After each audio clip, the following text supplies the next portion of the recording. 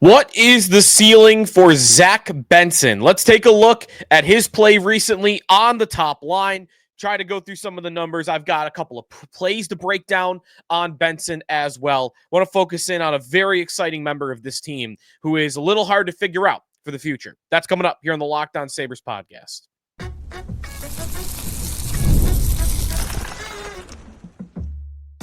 You're Locked On Sabres, your daily podcast on the Buffalo Sabres. Part of the Locked On Podcast Network, your team every day. What's up, everybody, and welcome into this Thursday edition of the Locked On Sabres podcast, and thanks for making us your first listen every day. We are free and available wherever you get your podcast. Check us out on our YouTube channel where you can like and subscribe the show there, as well as our text club where you can get in touch with us and engage at our text line. Join subtext.com/LockedOnSabres if you would like to sign up for that. Sneaky Joe DiBiase here on today's show. On a game day, the Sabres and the Blue Jackets in just a little bit. A little bit on Columbus coming later on in today's show. It is also an opportunity for Lindy Ruff to go for 900 wins. I was looking at some of the all-time coach win stuff earlier today. Got a couple of things on that to get to in a little bit. A lot to get to on today's show. If you're looking to become a follower of us on social media, at Locked On Sabres on Twitter, at Sneaky Joe Sports, and then on Blue Sky at Sneaky Joe there as well. Blue Jackets tonight. Sabres are out of the playoff race. They are dead for the postseason, which means a 14th consecutive season that they missed the playoffs. The drought lives to fight another day. We knew that it would. We knew that the drought was going to continue really since January, February. It was always a long shot from that point on. And the drought, if it needs to be said again, here it is. It's the most incredible thing, I think, that has ever happened to this franchise. The most unlikely thing that has ever happened to this franchise. Just think about it in the historical context of it, that nobody has ever had a drought more than 10 years in NHL history. And the Sabres are working on 14. I mean, they are long beyond the record.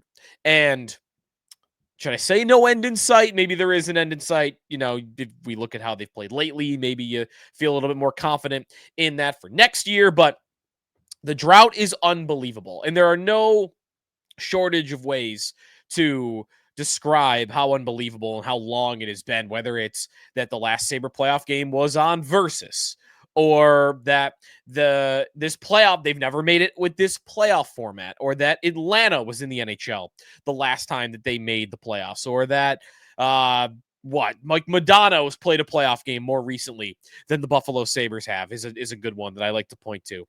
No shortage of ways to show how long it's been.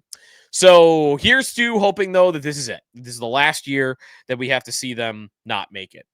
We'll see. A lot to get to on today's show. I want to get into Zach Benson a lot today. He's a player I love to watch. I love to analyze. I think he's a really interesting player to analyze because it's not an easy one. It's a little bit complicated. It's a little bit of a challenge to figure out what he is right now and where he should play and what he's going to be in the future. That's the big question for Zach Benson, 19-year-old forward of the Buffalo Sabres, who's been on their top line as of late.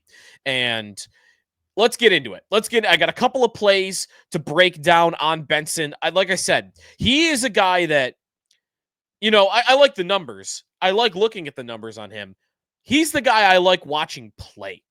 And maybe that's a little bit of me playing even at the lowest levels of hockey as a kid and then, you know, the beer league and whatnot as an adult, that I love thinking about the game. I love how it's played.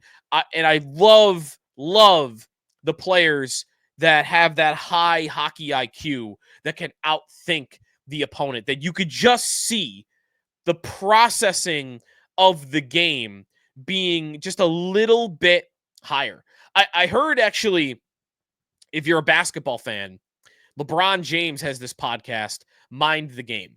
that he did with JJ Redick last year. And then when he became the Laker coach, they stopped that. And he's been doing it again recently, the last week or two, with Steve Nash, the former point guard of the Phoenix Suns. They fired the podcast back up, and it's all about breaking down the game and getting into the real, X's and O's of the NBA and of his team and other teams.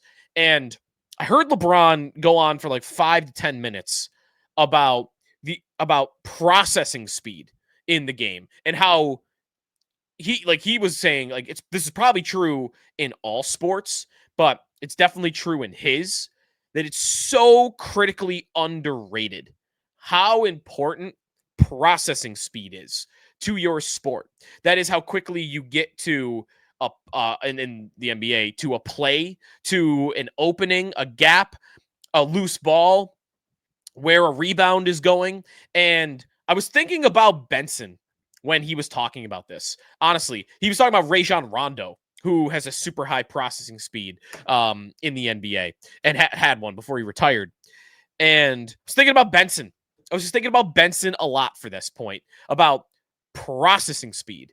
And that comment LeBron said was in my head when I watched Benson in the last couple of games. And you really, if you just watch him away from the puck, you see it. You see that he's not the biggest, he's not the strongest, and he's certainly not the fastest. So, I heard Paul Hamilton of WGR asking Tage Thompson the other day, how does he do it?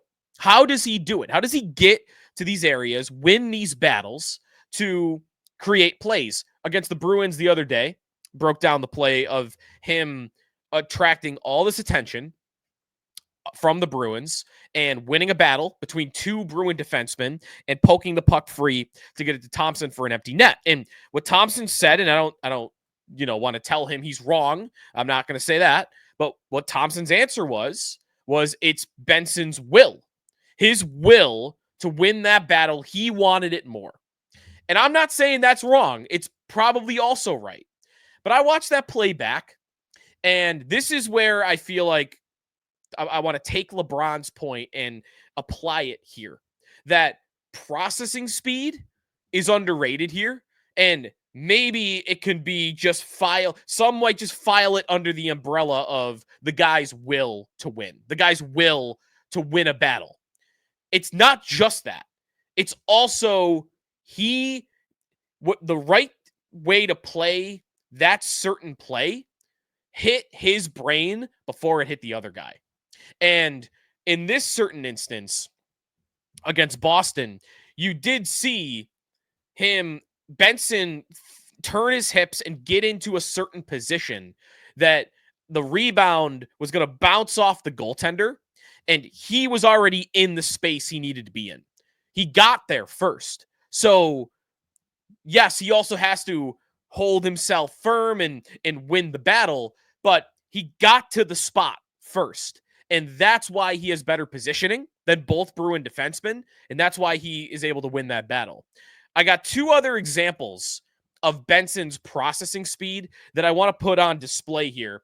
And I can't put the video up on our video feed, but if you want to follow along, these are the marks of these plays in the games. And for Benson, a lot of these plays are defensive, I think. And man, some of the numbers on Zach Benson, I can share them actually right here if you would like. On our YouTube channel, I can share this over at Evolving Hockey.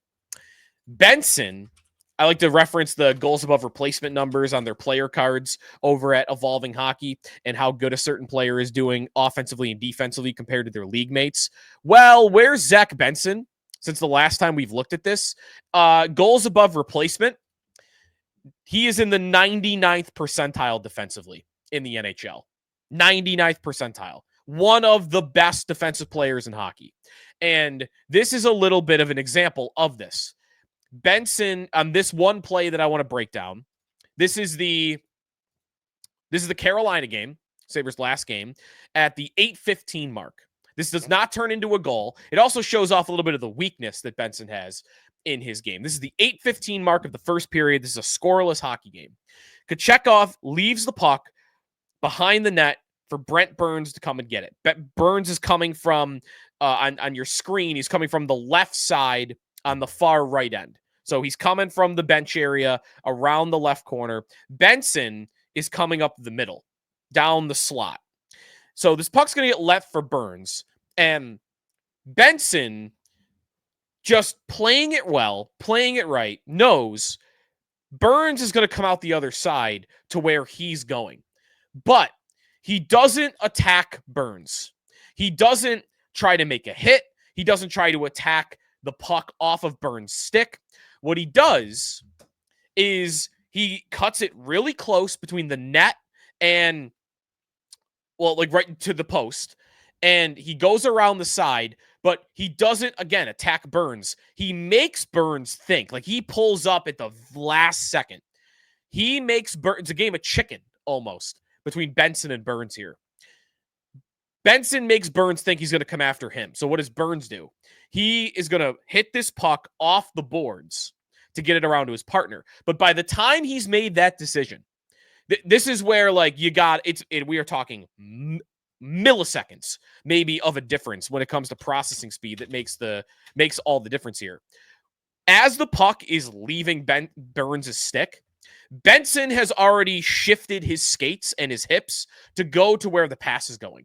He's already kind of trapped Brent Burns, who's a veteran defenseman, 40-year-old defenseman in this league. He's trapped him. So the puck goes off the wall. Zach Benson grabs it. That's his now. He just touches it enough, though. He doesn't corral it. It does make its way around to Slavin. And then this is where Benson has already got the speed because he read the play ahead of time. So now Slavin can't do anything. He's standing flat-footed. Benson's got speed. All he's got to do now is lift Slavin's stick, and the puck is his. And he grabs it, and he cuts to the middle because he's kind of by himself. Tage is standing there but not moving.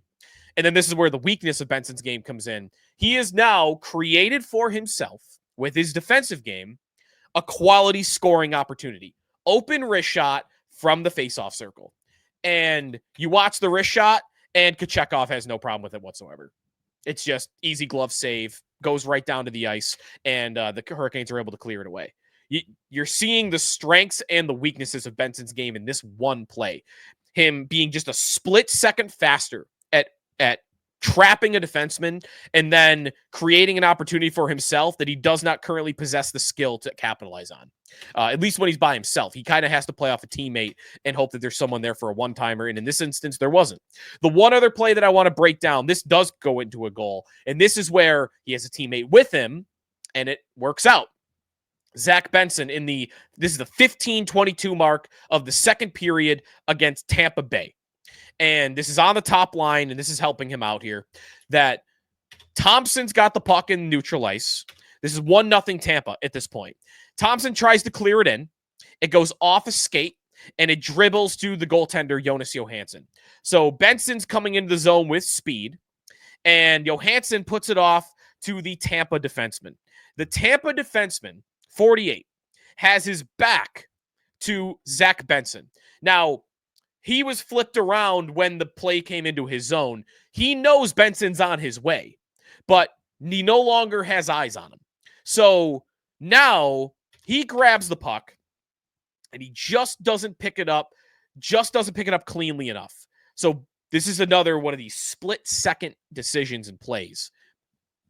When he doesn't, the 48 of the Lightning, I should get his name for you while I'm going through this. I thought it was Radish, but then it might be somebody else. 48 for Tampa is Nick Perbix. Nick Perbix, see, he doesn't get it cleanly. So now he still has control, but it's a little bit off his stick. It's going to the wall, and now he's turned a little, and now he sees Benson coming.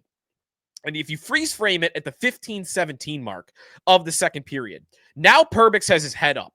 He's going towards the puck, but now he looks over his shoulder and he sees Zach Benson.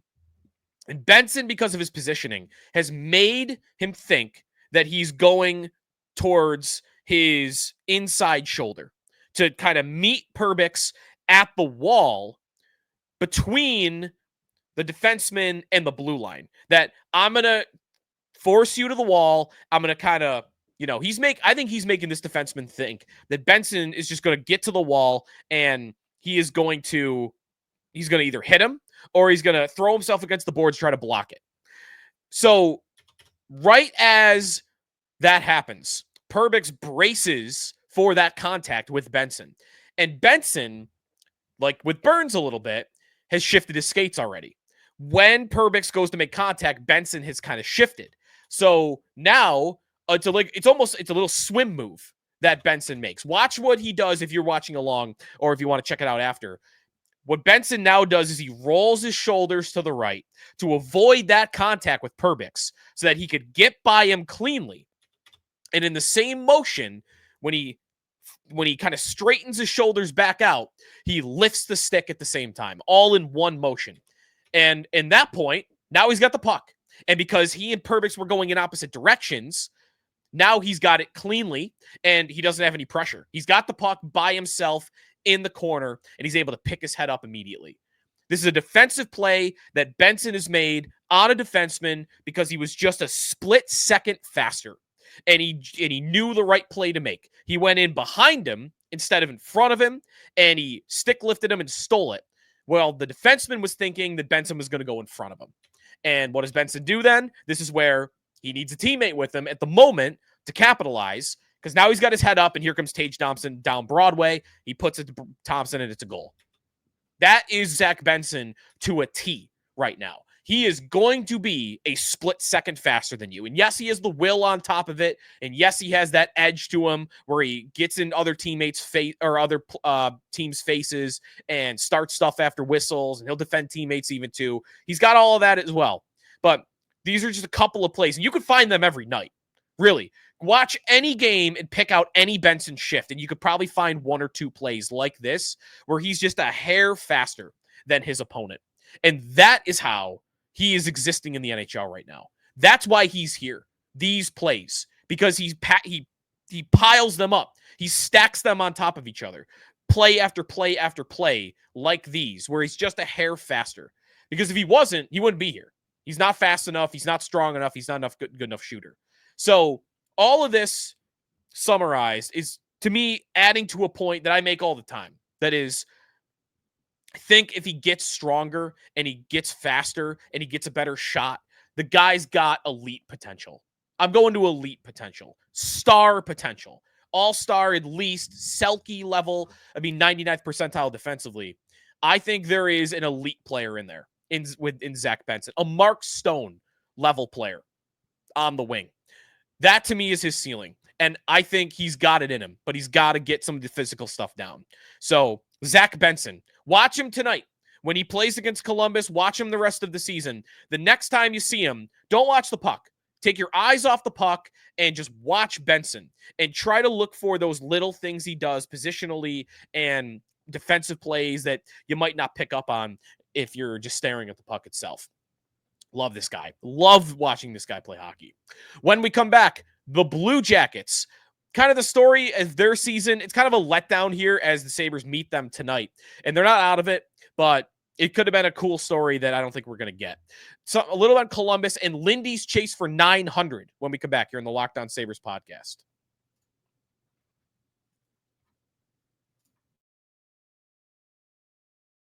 Do you have trouble sleeping? If so, you're not alone. That used to be me, lacking rest, tossing and turning. I was late for meetings. I never felt like myself. That's until I found Bare Mattress. Bare Mattress and their sleep recovery technology helped me fall asleep faster, as well as enjoy deeper sleeps. I felt like myself again, and you can too. Bare Mattress knows that every sleeper is different. That's why they have their sleep quiz on their website that finds you your perfect match. As a side sleeper, I matched with the Elite Hybrid mattress, and I've been telling everyone in my life they have to try Bare Mattress risk-free. You can sleep on your Bare Mattress up to 120 nights, and if you're not getting the best sleep of your life, you can get it refunded. They'll pick it up with absolutely no hassle. So go to bearmattress.com and use my promo code LOCKEDONNHL at checkout to get 40% off site-wide. This offer is not available anywhere else. You have to use my promo code on the very last page of checkout to get this discount. That's bearmattress.com. Use my promo code LOCKEDONNHL for 40% off site-wide. Bearmattress.com, promo code LOCKEDONNHL. Welcome back to the Locked On Sabres podcast. Game night, Sabres and Blue Jackets tonight. Couple of notes for tonight's game lineup-wise is the Sabres are going with the same lineup that they've been rolling with. You're going to see that Kulich, Benson, and Thompson line together again. You're also going to see, I think the defense pairings have been a little bit interesting because I think they're really testing Bo Byram right now without Rasmus Dahlin, and it hasn't been that impressive. He's been playing with Connor Clifton, so it's not the easiest thing in the world, but powers look pretty good with Jacob Bernard Docker. So Byram with Clifton is, I think he's got to improve if you really want to see him stick around long term, if it even matters. I don't know if he'll want to stay. The rest of the lineup looks the same. Ostlund still with Mallenstein and Lafferty, so on and so forth. James Reimer in goal again. Now, I wanted to talk a little bit about Columbus for today's show because it's a sad story and it was a near movie level story. The tragedy of Johnny Gaudreau and his brother before the season getting killed while on their bikes in New Jersey. That leading into this season, and it was a heroic type of season that Columbus was having for a team that, listen, like, before that, and even after that tragedy, there were no expectations of the Blue Jackets on the ice. Like, that team was not good last year, had not been good the year before that, and the roster didn't really excite anybody all that much. So then the season starts, and they were pretty good, and they were winning hockey games. And, you know, looking at the record at a certain point in time, it just really felt like they were thriving on an emotional high of playing for Johnny, you know, that type of mentality over the course of the season, because the players aren't really there. The talent really isn't there all the way. They got some nice pieces. I mean, Zach Werenski, to me, was in the Hart Trophy race at one point in time. Still a point-a-game player, 75 points in 76 games for a defenseman on the year.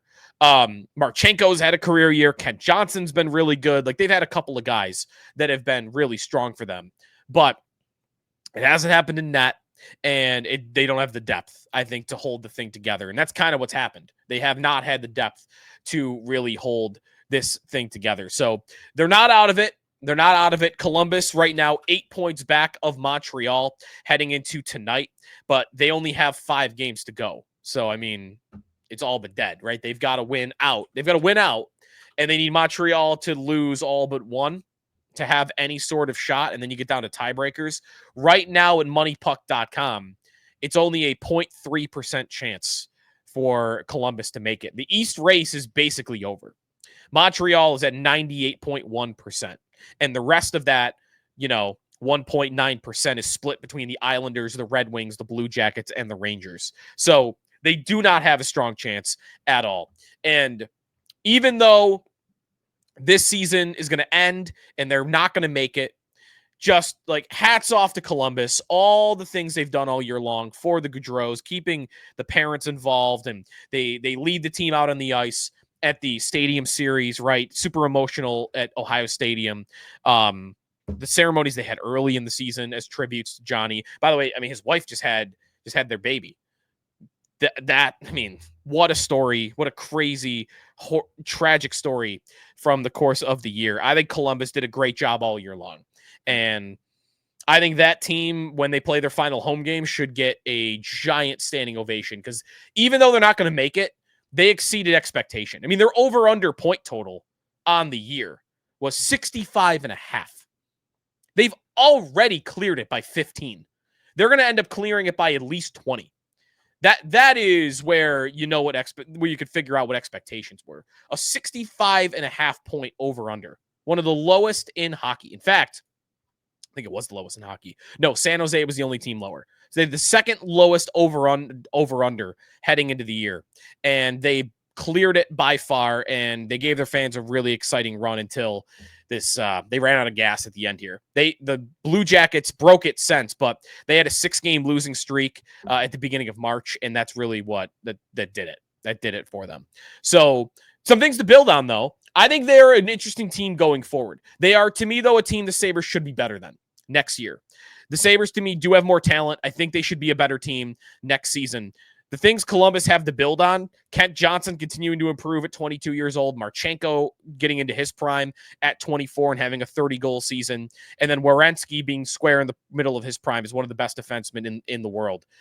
Fantilli, I should mention too, Adam Fantilli at 20. They've got some nice young pieces, but I do think this is a team the Sabres should be better than next year. They should take a step over them, and Columbus, I think, will probably regress a little bit back to like a low, maybe a high 70s point team or around that area.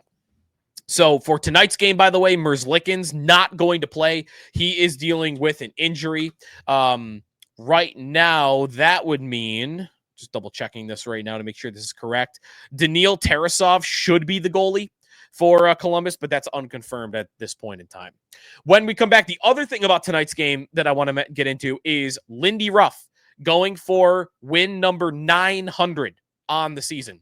Huge. Well, not if you ask him, though. Get into some of the historical stuff on Lindy more than going for 900 when we come back. Today's episode of Locked On Sabres is presented by Wonderful Pistachios, my go-to golf snack for all you golfers out there this week. It's a big weekend. Looking for a snack that's both delicious and nutritious? Crack into a good source of protein with Wonderful Pistachios. Wonderful Pistachios, one of the highest protein nuts. Each 1 ounce serving is 6 grams of protein, giving you over 10% of your daily value. Plus, they are packed with fiber and better for you unsaturated fats to help keeping you feeling fuller longer. Now, I love the no-shells variety. Perfect grab-and-go snack, like I said, for the busy days, if I'm going to the golf course or work, whatever, road trips, whatever. But if you like the shells, you like that crackin of the shells, that's available to you as well. So get snacking, get crackin with the snack that packs a protein punch, Wonderful Pistachios. You can visit wonderfulpistachios.com to learn more about where to get them. Available at most of your grocery stores around, but again, wonderfulpistachios.com to learn more. Back here on the Locked On Sabres podcast, wrapping things up with a look at some Lindy stats as he goes for win number 900. I want to mention real quick here. I had this written down to get to about Benson, but I went long on him. Just to throw it in, though, I looked up some of Zach Benson's NHL edge stats, which are like the player tracking stuff and, you know, the shooting and the skating and kind of where he is on that. I kind of been saying I think he's been skating a little bit faster lately, that I've been noticing that. And the numbers do kind of bear that out. Here's some numbers on Benson, just to throw in with our earlier conversation. His skating speed, he's low in terms of his top speed bursts. So if you look at 20 to 22 mile per hour bursts, that's when you're really getting your full speed. Benson has hit that speed, 20 plus miles per hour, 46 times this year. The average in the NHL is 71. So he's well below average on that. But what's interesting is 18 to 20 mile per hour bursts. He has 400 on the year, and the NHL average is 318. So he's above average at that speed that's just one step lower. So what that sounded like to me is, well, he's moving a lot. He is moving a lot. He's just not going top speed. And that is reflected in the skating distance. The skating distance in terms of miles on the year for Zach Benson are 163. The average in the NHL is 124.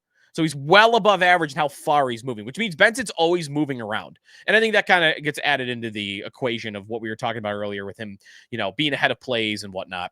The other thing about the shooting, very quickly, also very below average. His average speed on shots is 49 miles per hour. And the average in the NHL is 57. miles per hour. His top shot speed on the year is 83. And if you think about guys like Tage, I mean, Tage is 20 miles per hour faster than where Benson's at. I mean, he should be, but just a reflection of, he's got to get better in those areas. Anyways, okay. Lindy Ruff going for win number 900 on the year. Not on the year, excuse me, in his career. So, Lindy, I think he has probably not going to get to 1,000, but it's not impossible. And Lindy kind of said this. He was asked today about how much would it mean for you to win 900. And Lindy gave the answer that I liked, which is absolutely nothing. It's 900. It's not like it's not a crazy benchmark. It's 900. It's not 1,000. I think if he were to get to 1,000, he would say that.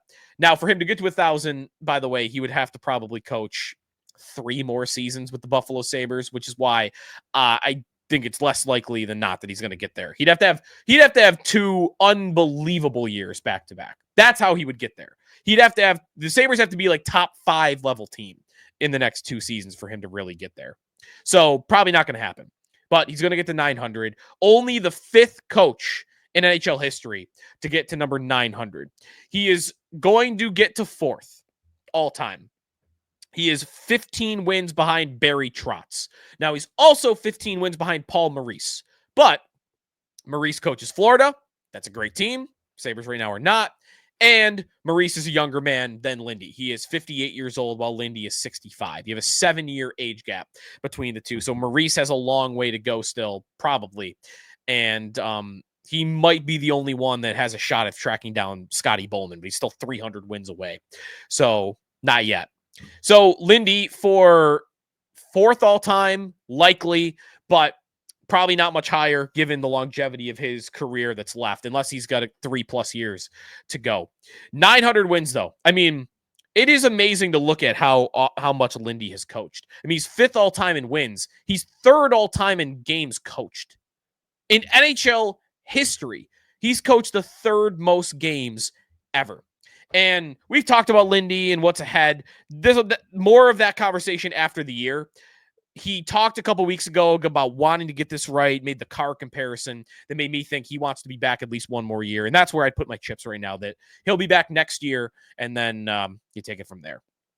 So Lindy going for 900 tonight against Columbus. That is going to do it for us here on the Locked On Sabres podcast. Enjoy tonight's game as the Sabres go for a 6th win in a row as they continue to play very well down the stretch. Thanks for making Locked On Sabres your first listen every day. Now, go make your next listen, your second listen, Locked On NHL Game Night. Every night, every game until a Stanley Cup champion is crowned. Get your local analysis on a national stage.